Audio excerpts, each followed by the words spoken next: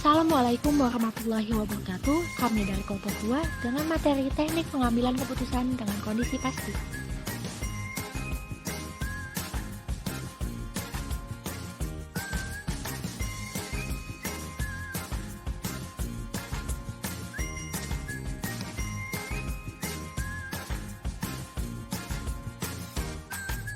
Pengambilan keputusan dalam kondisi pasti.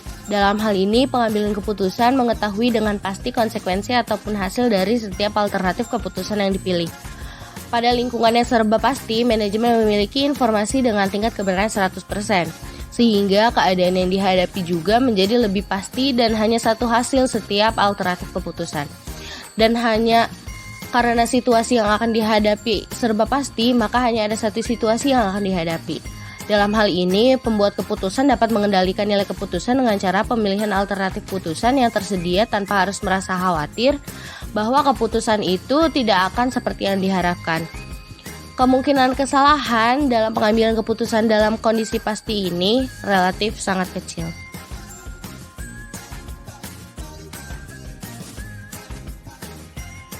Linear programming yaitu salah satu teknik untuk menyelesaikan masalah optimasi dengan menggunakan persamaan dan ketidaksamaan linear dalam rangka mencari pemecahan yang optimal dengan memperhatikan pembatas-pembatas yang ada. Persoalan linear programming dapat diselesaikan dengan menggunakan metode. Yang pertama yaitu metode aljabar, yang kedua metode grafik, yang ketiga metode sintaks.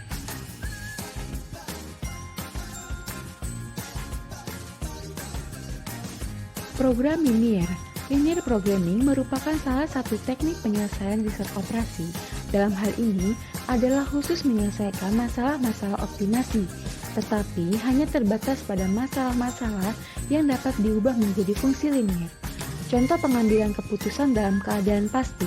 Diketahui, Budi adalah seorang mahasiswa yang memiliki penghasilan per minggunya dan dituangkan ke dalam fungsi matematik berikut ini. AR sama dengan 8.000x1 ditambah 17.000x2 ditambah 30.000x3 ditambah 40.000x4, di mana AR ialah anggaran pengeluaran rutin per minggu, X1 pembelian bensin sepeda motor, X2 frekuensi pembelian makan per minggu, X3 frekuensi pembelian pulsa per minggu, dan X4 frekuensi pembelian film per minggu.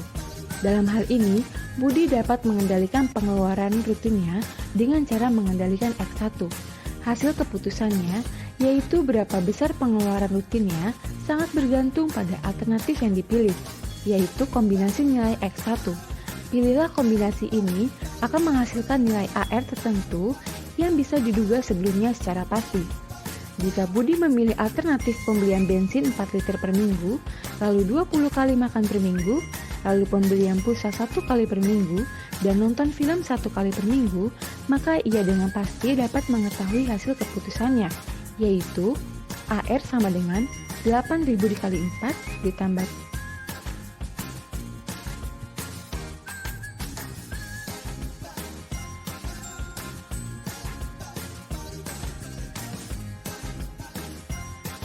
Di sini ada metode sintaks. Metode sintaks ini merupakan salah satu teknik pengambilan keputusan dalam permasalahan yang berkaitan dengan pengalokasian sumber daya secara optimal. Nah, metode sintaks juga digunakan untuk mencari nilai optimal dari program linear yang melibatkan banyak pembatas dan banyak variabel, atau bisa dibilang dengan lebih dari 2 variabel. Metode sintaks ini juga merupakan metode pemecahan persoalan program linear yang begitu kompleks dan luas dan begitu juga besar. Ciri khas metode sintaks ini ialah dengan memasukkan kegiatan disposal atau disposal aktif. Peranan kegiatan disposal ini adalah untuk menampung sumber daya yang tersisa atau tidak digunakan. Dengan adanya kegiatan disposal ini, kita dapat membuat ketidaksamaan suatu rumus matematika menjadi suatu persamaan.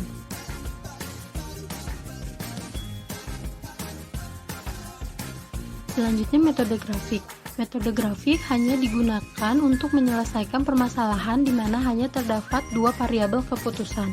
Untuk menyelesaikan permasalahan tersebut, langkah pertama yang harus dilakukan adalah memformulasikan permasalahan yang ada ke dalam bentuk linear programming. Lalu keterbatasan metode grafik yaitu hanya tersedia 2 sumbu koordinat sehingga tidak bisa digunakan untuk menyelesaikan kasus yang lebih dari 2 variabel keputusan. Langkah pertama dalam penyelesaian dengan metode grafik adalah menggambarkan fungsi kendalanya. Untuk menggambarkan kendala pertama secara grafik, kita harus merubah tanda pertidaksamaan menjadi tanda persamaan. Baiklah, terima kasih. Kita berada di penghujung presentasi. Bila ada kesalahan, mohon dimaafkan. Kurang lebihnya mohon maaf. Wassalamualaikum warahmatullahi wabarakatuh.